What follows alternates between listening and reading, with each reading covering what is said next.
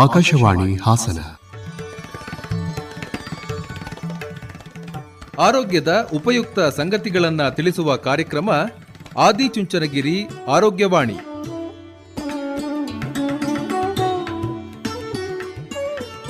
ಕೇಳಿ ಕಾರ್ಯಕ್ರಮ ಆದಿಚುಂಚನಗಿರಿ ಆರೋಗ್ಯವಾಣಿ.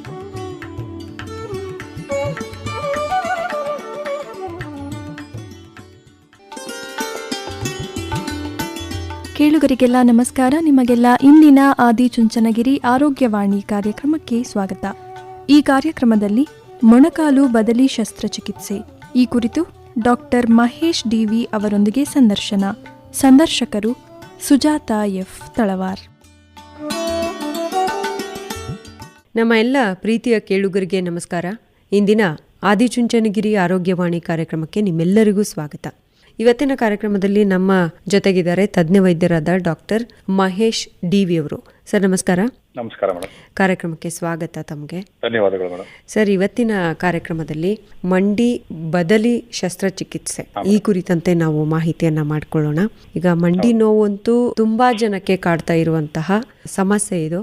ಜೀವನ ಶೈಲಿಯಿಂದಾಗಿಯೋ ಅಥವಾ ಬೇರೆ ಬೇರೆ ಕಾರಣಗಳು ಹಲವಿದಾವೆ. ನಾವು ಇವತ್ತಿನ ಕಾರ್ಯಕ್ರಮದಲ್ಲಿ ಒಂದು ಸಣ್ಣ ಕಿರುನೋಟವನ್ನ ತಿಳ್ಕೊಂಡು ಮಂಡಿ ಶಸ್ತ್ರಚಿಕಿತ್ಸೆಯನ್ನ ಯಾವಾಗ ಮಾಡ್ತೀರಿ, ಅಂದ್ರೆ ನೀ ರೀಪ್ಲೇಸ್ಮೆಂಟ್ ಅಂತ ಏನ್ ಹೇಳ್ತೀವಿ, ಇದರ ಅವಶ್ಯಕತೆ ಏನು, ಅವಶ್ಯಕತೆ ಇದೆಯಾ, ಎಲ್ಲರಿಗೂ ಇದೆಯಾ ಅನ್ನೋದ್ರ ಬಗ್ಗೆ ತಿಳ್ಕೊಳ್ಳೋಣ. ಮೊದಲಿಗೆ ಈ ಮಂಡಿ ನೋವಿಗೆ ಮುಖ್ಯವಾಗಿ ಕಾರಣಗಳು ಏನು ಅಂತ ಮಾಹಿತಿ ಮಾಡ್ಕೊಳ್ಳೋಣ ಸರ್. ಮೇಡಮ್, ಮಂಡಿ ನೋವು ಅಂದ್ರೆ ಆಸ್ಟಿಯೋಆರ್ಥ್ರೈಟಿಸ್. ಆಸ್ಟಿಯೋಆರ್ಥ್ರೈಟಿಸ್ ಎರಡು ತರ ಇದೆ ಮೇಡಮ್. ಪ್ರೈಮರಿ ಆಸ್ಟಿಯೋಆರ್ಥ್ರೈಟಿಸ್ ಮತ್ತೆ ಸೆಕೆಂಡರಿ ಆಸ್ಟಿಯೋಆರ್ಥ್ರೈಟಿಸ್.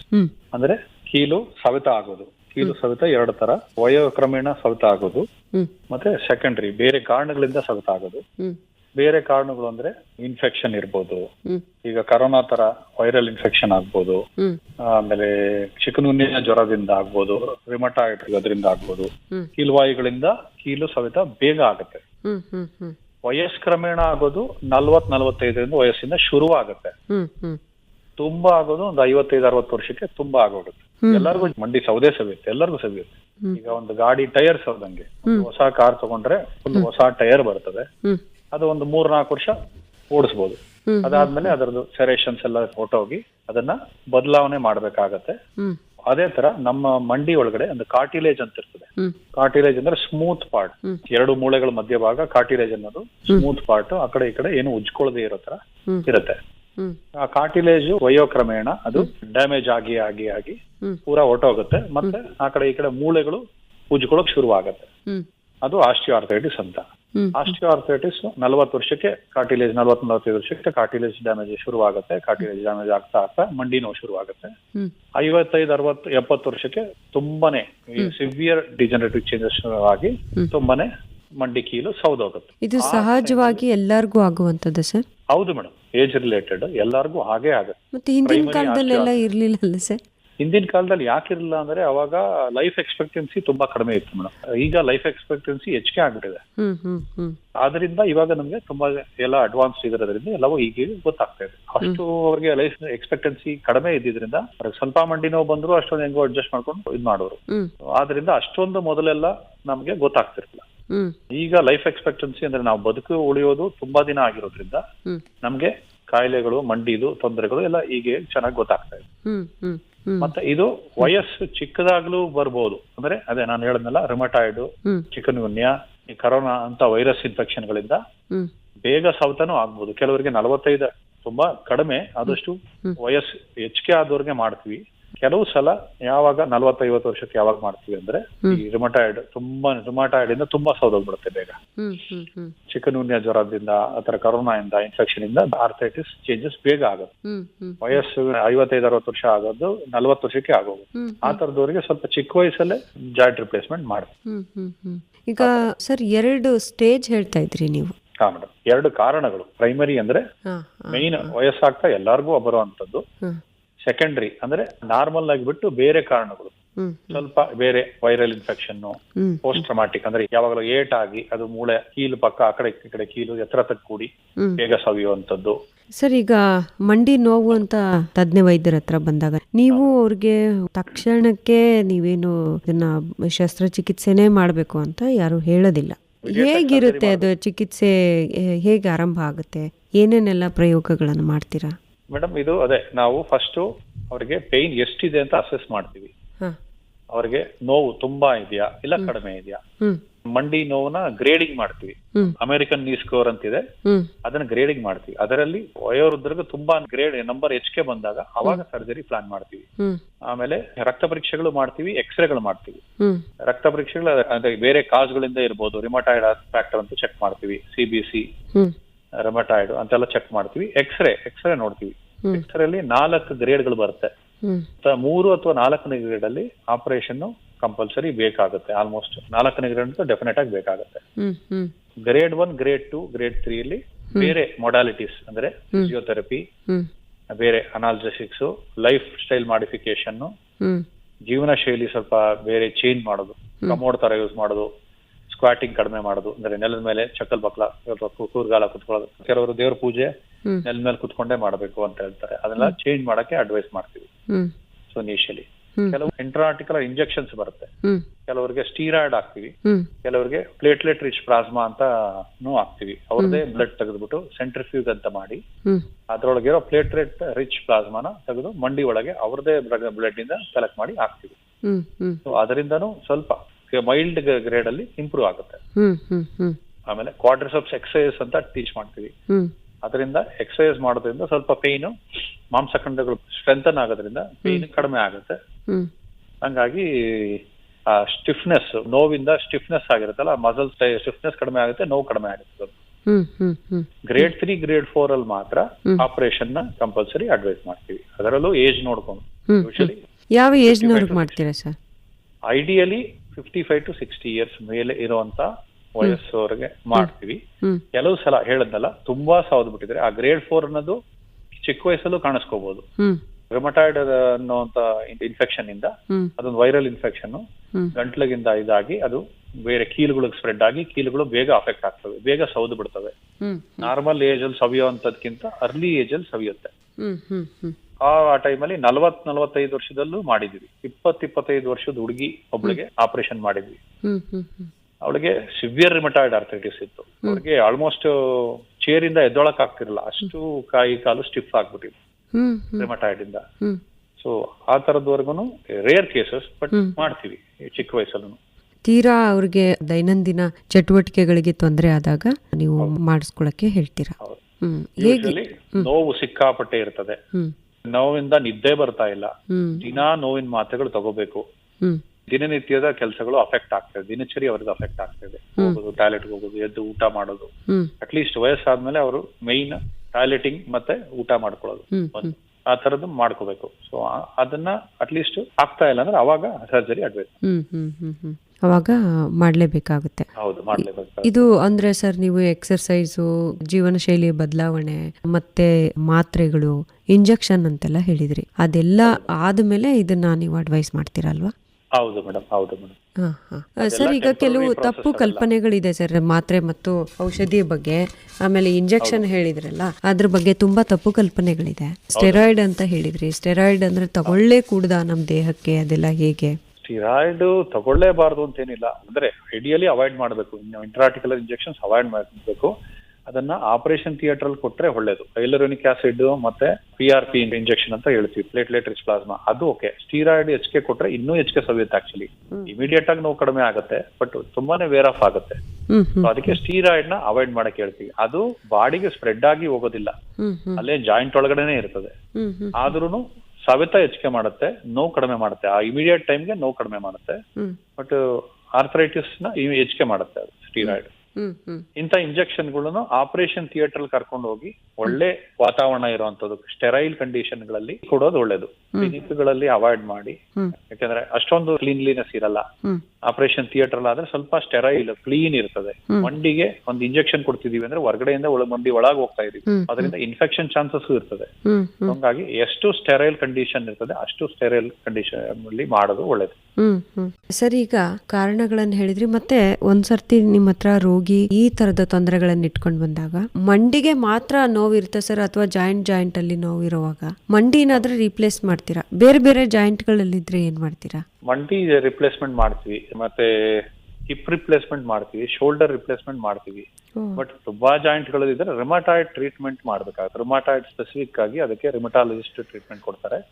ಆಂಟಿ ರಿಮಟಾಯ್ಡ್ ಡ್ರಗ್ಸ್ ಅಂತ ಬರ್ತದೆ, ಅದಕ್ಕೆ ಟ್ರೀಟ್ಮೆಂಟ್ ಶುರು ಮಾಡ್ತೀವಿ. ತುಂಬಾ ಸವದಿರುವಂತ ಜಾಯಿಂಟ್ಗಳು ರಿಪ್ಲೇಸ್ ಮಾಡ್ತೀವಿ. ಎಲ್ಬೋ ಮಾಡಬಹುದು, ಶೋಲ್ಡರ್ ಮಾಡಬಹುದು, ಮಂಡಿ ಹಿಪ್ ರಿಪ್ಲೇಸ್ಮೆಂಟ್ ಮಾಡಬಹುದು. ಸರ್, ಹೇಗಿರುತ್ತೆ ಇದು ಪ್ರಕ್ರಿಯೆ? ಹೇಗೆ ಶುರು ಮಾಡ್ತೀರಾ ಮಂಡಿ ರಿಪ್ಲೇಸ್ಮೆಂಟ್ ಅಂತಂದ್ರೆ? ಏನೇನ್ ತಯಾರಿ ಮಾಡ್ಕೋಬೇಕಾಗುತ್ತೆ ಅಂದ್ರೆ ರೋಗಿ ಕಡೆಯವರು ಅವರು ಶುಗರ್ BP ಇದ್ರೆ ಅದನ್ನ ಸ್ವಲ್ಪ ಕಡಿಮೆ ಮಾಡ್ಕೊಳ್ಳೋದು ಒಳ್ಳೇದು. ಮತ್ತೆ ಆಪರೇಷನ್ ಮುಂಚೆನೂ ಅಷ್ಟೇ, ಆಪರೇಷನ್ ಆದ್ಮೇಲೂ ಅಷ್ಟೇ ಚೆನ್ನಾಗಿ ಎಕ್ಸರ್ಸೈಸ್ ಮಾಡೋದು ಒಳ್ಳೇದು. ಎಕ್ಸರ್ಸೈಸ್ ಮಾಡಿದಷ್ಟು ಚೆನ್ನಾಗಿ ಅವ್ರು ಬೇಗ ರಿಕವರಿ ಆಗ್ತಾರೆ.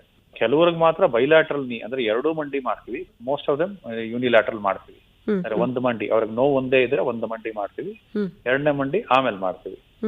ಸೊ ಪ್ರಾಬ್ಲಮ್ಗಳು ಏನಿಲ್ಲ, ಇಮಿಡಿಯೇಟ್ ಆಗಿ ಮೊಬಿಲೈಸ್ ಮಾಡ್ತೀವಿ. ಈವನ್ ವಿತಿನ್ 24 ಗಂಟೆ ಒಳಗಡೆ, ಆಪರೇಷನ್ ಆಗಿ 24 ಗಂಟೆ ಒಳಗಡೆ ಪೇಷಂಟ್ ನ ನಿಲ್ಲಿಸ್ತೀವಿ, ನಡ್ಸಕ್ ಶುರು ಮಾಡ್ತೀವಿ, ಓಡಾಡಿಸ್ತೀವಿ. ಅಂತದೇನು ಪ್ರಾಬ್ಲಮ್ ಆಗೋದಿಲ್ಲ. ಕಾಸ್ಟ್ ವೈಸ್ ನಮ್ದಲ್ಲಿ ಒಳ್ಳೆ ಇಂಪ್ಲಾಂಟ್ ಗಳು ಯೂಸ್ ಮಾಡ್ತೀವಿ. ಸ್ಮಿತ್ ಅಂಡ್ ನೆಫ್ಯೂ ಅಂತ ಯೂಸ್ ಮಾಡ್ತೀವಿ. ಹಲವಾರು ಇದಾವೆ. ಇಂಡಿಯನ್ ಇಂಪ್ಲಾಂಟ್ ಇದೆ, ಇಂಪೋರ್ಟೆಡ್ ಇಂಪ್ಲಾಂಟ್ ಇದೆ. ಇಂಪೋರ್ಟೆಡ್ ಅಲ್ಲಿ ಡೆಪ್ಯೂ ಮತ್ತೆ ಸ್ಮಿತ್ ಅಂಡ್ ನೆಫ್ಯೂ ಅಂತ 2 ಕಂಪನಿಗಳಿದಾವೆ. ಇಂಡಿಯನ್ ಅಲ್ಲೂ ಹಲವಾರು ಇದೆ. ಯಾವ್ದು ಅವ್ರಿಗೆ ಆಪ್ಷನ್ಸ್ ಕೊಡ್ತೀವಿ. ಈ ತರ ಕಾಸ್ಟ್ ವೈಸ್ ಕೆಲವರು ಹೆಲ್ತ್ ಸ್ಕೀಮ್ಸ್ ಇರುತ್ತೆ, ಕೆಲವರು ಪೇ ಮಾಡ್ಕೊಂಡ್ ಬರ್ತಾರೆ, ಕೆಲವರು ಬೇರೆ ABRK ಯಶಸ್ವಿನಿ ಕಾರ್ಡ್ ಆ ತರದ್ ತಗೊಂಡ್ಬರ್ತಾರೆ. ಅಂತವ್ರಿಗೆ ಅವ್ರಿಗೆ ಆಪ್ಷನ್ ಕೊಡ್ತೀವಿ. ಈ ತರ ನಮ್ಮ ಆದಿಚುಂಚನಗಿರಿ ಆಸ್ಪತ್ರೆಯಲ್ಲಿ ಕೇವಲ 1 ಲಕ್ಷದೊಳಗಡೆ ಆಗತ್ತೆ. ಅದು ಯಶಸ್ವಿನಿ ಕಾರ್ಡ್ ಇಂದ ಫುಲ್ ಫ್ರೀ ಆಗತ್ತೆ. ಈಗ ನಾವು ನೀ ರಿಪ್ಲೇಸ್ಮೆಂಟ್ ಕ್ಯಾಂಪ್ ಅಂತಾನೆ ಮಾಡಿದೀವಿ.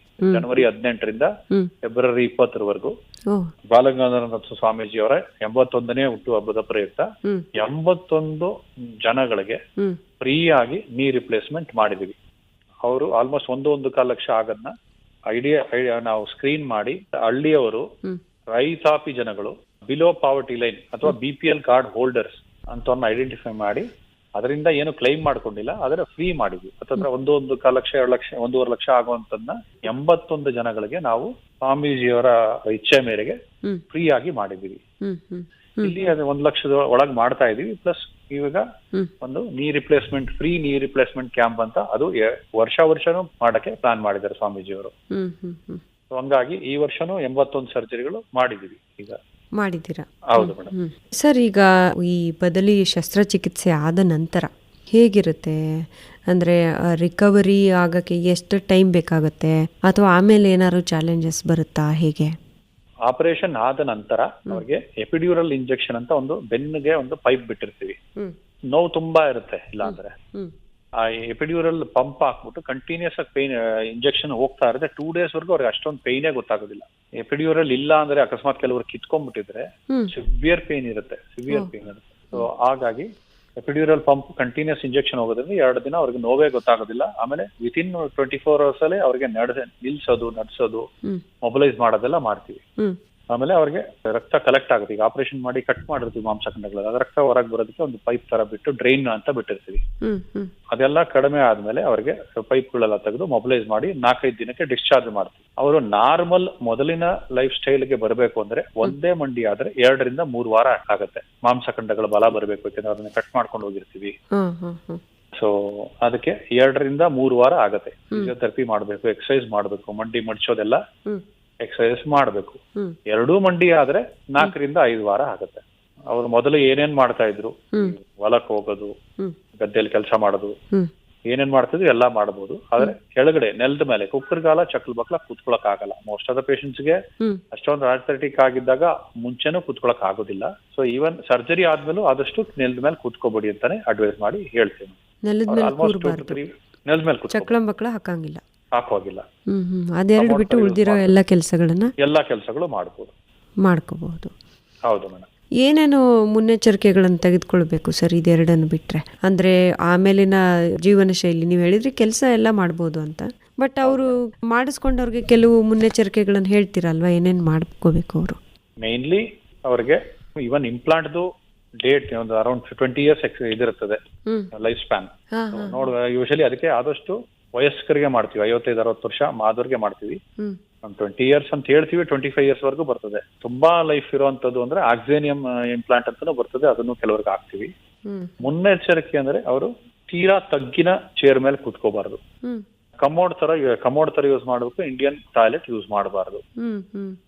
ಉಕ್ಕುರ್ಗಾಲ ಚಕ್ಲ ಬಕ್ಲ ಕೂತ್ಕೋಬಾರ್ದು. ಪೂಜೆನು ಚೇರ್ ಮೇಲೆ ಅಂತದ್ರ ಮೇಲೆ ಕೂತ್ಕೊಂಡು ಮಾಡೋದು ಒಳ್ಳೇದು ಅಂತ ಅಡ್ವೈಸ್ ಮಾಡ್ತೀವಿ. ಸರ್, ಮತ್ತೆ ಇದನ್ನ ಬಿಟ್ಟು ಈಗ ಬದಲಿ ಶಸ್ತ್ರಚಿಕಿತ್ಸೆ ಇದನ್ನೆಲ್ಲ ಮುಂದೂಡಬೇಕು, ಸ್ವಲ್ಪ ಪೋಸ್ಟ್ಪೋನ್ ಮಾಡಬೇಕು ಅಂದರೆ ಜೀವನ ಶೈಲಿನಲ್ಲಿ ಅದೇ ನೀವು ಹೇಳಿದ್ರಲ್ಲ ಸರ್, 25 ವರ್ಷದವ್ರಿಗೇನೆ ಮಾಡಿದ್ದೀವಿ ಅಂತ, ಅದೆಲ್ಲ ತೀರಾ ಅಸಹಜ ಅಂತ ಅನ್ಸುತ್ತೆ. ಈಗ 55-60 ವರ್ಷ ಆದರೆ ಆಯಿತು, ನೀವು ಹೇಳಿದ್ರಿ ಸಾಮಾನ್ಯವಾಗಿ ಸಹಜವಾಗಿ ಅದು ದೇಹದ ಒಂದು ಪ್ರತಿಕ್ರಿಯೆ ಅದು ಅಂತ ಹೇಳಿದ್ರಿ.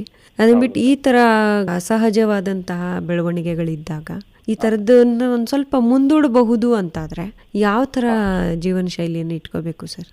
ಅವ್ರಿಗೆ ರಿಮಟಾಯ್ಡ್ ಅಂದ್ರೆ ಅದನ್ನ ಕೀಲ್ ನೋವುಗಳು ಬರುತ್ತೆ, ಕೈ ಬೆರಳು ಕಾಲ್ ಬೆರಳುಗಳು ನೋವು ತುಂಬಾ ಬರೋದು, ಬೆಳಿಗ್ಗೆ ಒಂದು ಗಟ್ಟಿಯಾಗಿ ಇಟ್ಕೊಳ್ಳೋದು ಅಂತವೇನಾದ್ರು ಇದ್ರೆ ತಕ್ಷಣ ಅವ್ರಿಗೆ ಇಮಿಡಿಯೇಟ್ ಆಗಿ ರಕ್ತ ಪರೀಕ್ಷೆಗಳು ಮಾಡ್ಬೇಕು. TBC, CSR, CRP, RA ಅಂತದೆಲ್ಲ ಮಾಡಿ ಅವ್ರಿಗೆ ಆ ರಿಮಟಾಯ್ಡ್ಗೆ ಟ್ರೀಟ್ಮೆಂಟ್ ಕೊಡಬೇಕು. ರಿಮಟಾಯ್ಡ್ ಟ್ರೀಟ್ಮೆಂಟ್ ಕೊಟ್ರೆ ಅವ್ರಿಗೆ ಕೀಲ್ ಸವೆತ ಕಡಿಮೆ ಆಗುತ್ತೆ, ಅಂದ್ರೆ ನಾರ್ಮಲ್ ಪ್ರೊಸೆಸ್ ಹತ್ರ ಬರ್ತದೆ. ಸೊ ನಾರ್ಮಲ್ ಪ್ರೊಸೆಸ್ ಹತ್ರ ಬಂದ್ರೆ ಯೂಶಲಿ ರೊಟೀನ್ ಎಲ್ಲರಿಗೂ ಯಾವ ಏಜ್ಗೆ ಮಾಡ್ತೀವಿ ಆ ಏಜ್ಗೆ ಮಾಡ್ಬೋದು. ಅರ್ಲಿ ಐಡೆಂಟಿಫಿಕೇಶನ್ ಆಫ್ ರಿಮಟಾಯ್ಡ್ ಅಂತವೆಲ್ಲ infection, viral infection early detect ಮಾಡೋದು ಒಳ್ಳೇದು. ಕೆಲವು ಸಲ ಡಾಕ್ಟರ್ ಗಮನಕ್ಕೆ ಬರೋದಿಲ್ಲ, ಪೇಷಂಟ್ಗಳನ್ನ ಕರ್ಕೊಂಡ್ಬಂದು ತೋರ್ಸಲ್ಲ, ಆಮೇಲೆ ಮಾತ್ರೆಗಳು ಬರ್ಕೊಟ್ರು ತಗೊಳಲ್ಲ. ಹಂಗಾದಾಗ ಕೀಲುವಾಯು ತುಂಬಾನೇ ಆಗಿ ಕೀಲ್ ಸವೆತಗಳು ಬೇಗ ಆಗುತ್ತೆ, ಚಿಕ್ಕ ವಯಸ್ಸಿಗೆ ಆಗೋಗುತ್ತೆ. ಆ ಸಂದರ್ಭದಲ್ಲಿ ಆಪರೇಷನ್ ನ ಬೇಗ ಮಾಡ್ತೀವಿ. ಈಗ 30 ವರ್ಷಕ್ಕೆ ಸೌದೋಗಿದ್ರೆ ಏನು ಮಾಡಕ್ಕಾಗಲ್ಲ, ಅಷ್ಟೊಂದು ನೋವು ಅನುಭವಿಸ್ತಾ ಇದ್ರೆ, ದಿನ ನಿದ್ದೆ ಬರ್ತಾ ಇಲ್ಲ, ಓಡಾಡಕ್ ಆಗ್ತಾ ಇಲ್ಲ, ರೊಟೀನ್ ಅಫೆಕ್ಟ್ ಆಗಿದೆ, 30 ವರ್ಷಕ್ಕೆ ಅಫೆಕ್ಟ್ ಆಗಿದ್ದಾರೆ, ಮಾಡ್ಲೇಬೇಕು. ಪ್ರಾಬ್ಲಿ ಅವರು 20-30 ವರ್ಷಕ್ಕೆ ಬೇರೆ ಇನ್ನೊಂದು ರಿವಿಷನ್ ಸರ್ಜರಿ ಅಂತ ಬೇಕಾಗ್ಬೋದು. ರಿವಿಷನ್ ಸರ್ಜರಿ ಅಂತಾನು ಮಾಡ್ತೀವಿ, ರಿವಿಷನ್ TCR ಅಂತ, ರಿವಿಷನ್ ಟೋಟಲ್ ನೀ ರಿಪ್ಲೇಸ್ಮೆಂಟ್ ಅಂತ. ಅಕಸ್ಮಾತ್ ಈ ಹಾಕಿರೋ ಇಂಪ್ಲಾಂಟು ಸೌದೋದ್ರೆ ಅದಕ್ಕೆ ರಿವಿಷನ್ ಅಂತ ಮಾಡ್ತೀವಿ. ಮುಂದೊಂದ್ ದಿನ ಬೇಕಾಗ್ಬೋದು ಅವ್ರಿಗೆ, ಚಿಕ್ಕ ವಯಸ್ಸಿಗೆ ಮಾಡಿರೋದ್ರಿಂದ. ಸೊ ಹಂಗಾಗಿ ಅಂತದ್ನೆಲ್ಲ ಅವಾಯ್ಡ್ ಮಾಡೋದಕ್ಕೆ ಕರೆಕ್ಟ್ ಆಗಿ ಪ್ರಾಪರ್ ಆಗಿ ಎಂತದೇ ನೋವು ಬಂತು ಅಂದ್ರೆ, ನೋವು ಅಂದ್ರೆ 2 ದಿನ ಬಂದ್ರಲ್ಲ, ವಾರಾನ್ಗಟ್ಲೆ ನೋವು ಬಂದ್ರೆ, ಕೈ ಬೆರಳುಗಳು ಸಣ್ಣ ಕೀಲುಗಳು ನೋವು ಬಂದ್ರೆ, ಬೆಳಿಗ್ಗೆ ಹೊತ್ತು ಗಟ್ಟಿಯಾಗಿ ಹಿಡ್ಕೊಂಡ್ರೆ ಅವಾಗ ತಕ್ಷಣನೇ 1 ವಾರ 2 ವಾರ ಆದ್ಮೇಲೆ ಅಟ್ಲೀಸ್ಟ್ ಡಾಕ್ಟರ್ಗಳು ಕನ್ಸಲ್ಟ್ ಮಾಡೋದು, ಇಲ್ಲ ರಿಮಟಾಲಜಿಸ್ಟ್ ಕನ್ಸಲ್ಟ್ ಮಾಡಿ ಪ್ರಾಪರ್ ಆಗಿ ಅದಕ್ಕೆ ರಿಮಟಾಯ್ಡ್ ಟ್ರೀಟ್ಮೆಂಟ್ ತಗೊಳ್ಳೋದು ಒಳ್ಳೇದು. ಅವಾಗ ನಾರ್ಮಲ್ ನಮ್ಗೆ ಎಲ್ಲಾರ್ಗು ಎಷ್ಟು ಏಜ್ಗೆ ಸವಿಯುತ್ತೆ ಅಷ್ಟು ಏಜ್ಗೆ ಇದಾಗತ್ತೆ. ಸರ್, ಈಗ 50-60 ವರ್ಷದವ್ರಿಗೆ ಇದು ಬಹಳ ಸಹಜವಾಗಿ ಸಾಮಾನ್ಯವಾಗಿ ಕಾಡುತ್ತೆ ಅಂತ ಹೇಳಿದ್ರಲ್ಲ, ಆದ್ರೆ ಎಷ್ಟು ಪರ್ಸೆಂಟೇಜ್ ಜನ ನೀ ರಿಪ್ಲೇಸ್ಮೆಂಟ್ ಮಾಡಿಸ್ಕೋತಾರೆ, ಎಷ್ಟು ಪರ್ಸೆಂಟೇಜ್ ಜನ ಹಾಗೆ ಒಂದು ಸಹಜ ಚಿಕಿತ್ಸೆನಲ್ಲೇನೆ ಗುಣ ಆಗ್ತಾರೆ ಸರ್? ಮೇಡಮ್, ಮೊದಲು ಆಲ್ಮೋಸ್ಟ್ ನಾವು ಹೇಳಿದ ಪೇಷಂಟ್ಗಳೆಲ್ಲ ಮಂಡಿ ನೋವು ಕಾಮನ್ ಸರ್, ಅದಕ್ಕೆಲ್ಲ ಆಪರೇಷನ್ ಮಾಡಿಸ್ಕೊತಾ ಅಂತಿದ್ರು. ಮೊದಲಂತೂ ಈಗ ಒಂದು 10-15 ವರ್ಷದ ಮುಂಚೆ ಮಂಡಿ ನೋವು ಸರ್ 2 ಮಾತ್ರೆ ಬರ್ಕೊಡಿ ಸಾಕು ಅನ್ನೋ ತರ ಇತ್ತು. ಈಗ ಅವೇರ್ನೆಸ್ ಹೆಚ್ಚಿಗೆ ಆಗಿದೆ, ಮತ್ತೆ ಅದರ ರಿಸಲ್ಟ್ಸು ಚೆನ್ನಾಗಿದೆ. ಕೆಲವು ಏನೋ ಇನ್ಫೆಕ್ಷನ್ ಚಾನ್ಸಸ್ ಇರುತ್ತೆ, 100ಕ್ಕೆ 2% ಇನ್ಫೆಕ್ಷನ್ ಚಾನ್ಸಸ್ ಇರುತ್ತೆ. ಅಂದ್ರೆ ಈಗ ಆಲ್ಮೋಸ್ಟ್ ಒಂದು ಅಡ್ವೈಸ್ ಮಾಡಿದ್ರೆ ಒಂದು 20-30% ಜನಗಳು ಅಕ್ಸೆಪ್ಟ್ ಮಾಡ್ತಾ ಇದಾರೆ ನೀ ರಿಪ್ಲೇಸ್ಮೆಂಟ್ ಮಾಡಿಸ್ಕೊತಾ ಇದಾರೆ ಆಪರೇಷನ್. ಸೊ ಹಂಗಾಗಿ ಆಪರೇಷನ್ ಏನು ತೊಂದರೆ ಇಲ್ಲ, ಬಟ್ ಏನಂದ್ರೆ ಇನ್ಫೆಕ್ಷನ್ ಆಗದೆ ಇರೋ ತರ ನೋಡ್ಕೋಬೇಕು. ಮತ್ತೆ proper surgeon selection, hospital selection important. ಯಾಕಂದ್ರೆ implant alignment, soft tissue balancing, ಆಮೇಲೆ ಇನ್ಫೆಕ್ಷನ್ ಆಗದೆ ಇರೋ ತರ ನೋಡ್ಕೊಳ್ಳೋದು ಅದೆಲ್ಲ ಇಂಪಾರ್ಟೆಂಟ್.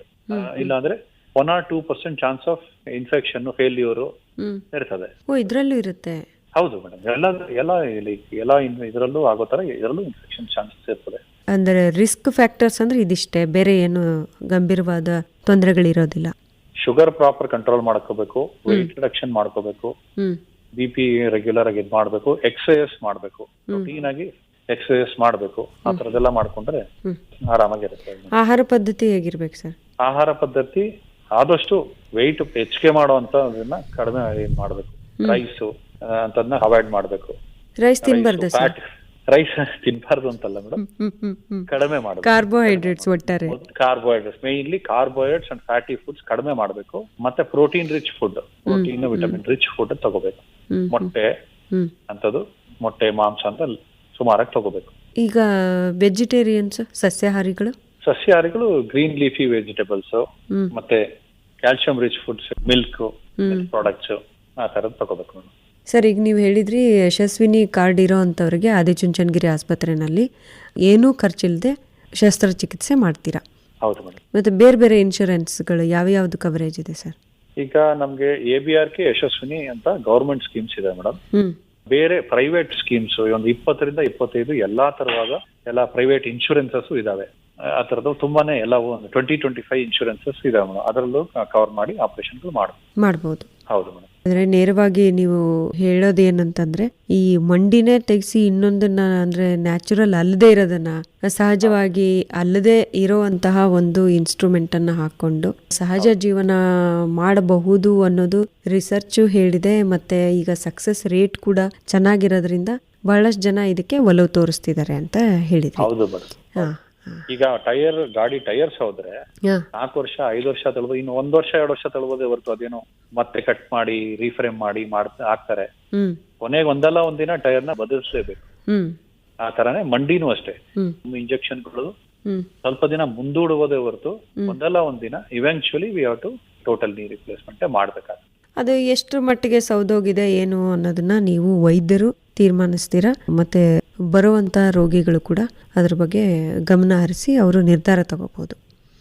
ಇದೇನೀಗ ಕೈಗೆಟುಕದಂತಹ ಚಿಕಿತ್ಸೆನೂ ಏನು ಅಲ್ಲ. ನೀವು ಹೇಳಿದ್ರಿ ಯಶಸ್ವಿನಿ ಮತ್ತೆ ABRK ಸರ್ಕಾರದ 2 ಸ್ಕೀಮ್ಸ್ ಇರೋದ್ರಿಂದ ನಿಮ್ಮ ಆಸ್ಪತ್ರೆಯಲ್ಲಿ ಇದು ದುಡ್ಡಿಲ್ದೇನೆ ಫ್ರೀ ಆಗಿ ಮಾಡ್ಕೊಳ್ಬಹುದು. ಮತ್ತೆ ಉಳಿದಂತಹ ಇನ್ಶೂರೆನ್ಸ್ ಇರುವಂತವ್ರು ಕೂಡ ಅವರು ಕೂಡ ಫ್ರೀ ಆಗಿ ಮಾಡ್ಕೋಬಹುದು. ಇದೆಲ್ಲದರ ನಡುವೆ ಕೆಲವು ಆತಂಕಗಳಿರುತ್ತೆ, ಅದನ್ನೆಲ್ಲ ವೈದ್ಯರ ಜೊತೆಗೆ ಪರಿಹರಿಸ್ಕೋಬಹುದು, ಮಾತಾಡಿ ಸಮಾಲೋಚನೆ ಅಂತೂ ಇದ್ದೇ ಇರುತ್ತೆ ಅಲ್ಲಿ ಅಲ್ವಾ. ತುಂಬಾ ಧನ್ಯವಾದಗಳು ಸರ್. ಈಗ ಕೈಗೆಟುಕದ ಮತ್ತೆ ಅಸಹಜವಾದಂತಹ ಶಸ್ತ್ರಚಿಕಿತ್ಸೆ ಮಂಡಿ ಶಸ್ತ್ರಚಿಕಿತ್ಸೆ ಅಲ್ಲ, ಬಹಳ ಸಹಜವಾಗಿ ಇತ್ತೀಚೆಗೆ ನಡೀತಾ ಇದೆ. ಹೌದು ಮೇಡಮ್. ತುಂಬಾ ಧನ್ಯವಾದಗಳು ಸರ್ ಇದುವರೆಗೆ ಮಾಹಿತಿ ಮಾಡಿಕೊಟ್ಟಿದ್ದಕ್ಕೆ. ನಮಸ್ಕಾರ. ನಮಸ್ಕಾರ. ಇದುವರೆಗೆ ಮೊಣಕಾಲು ಬದಲಿ ಶಸ್ತ್ರಚಿಕಿತ್ಸೆ ಈ ಕುರಿತು ಡಾಕ್ಟರ್ ಮಹೇಶ್ DV ಅವರೊಂದಿಗಿನ ಸಂದರ್ಶನವನ್ನು ಕೇಳಿದಿರಿ. ಸಂದರ್ಶಕರು ಸುಜಾತಾ F. ತಳವಾರ್.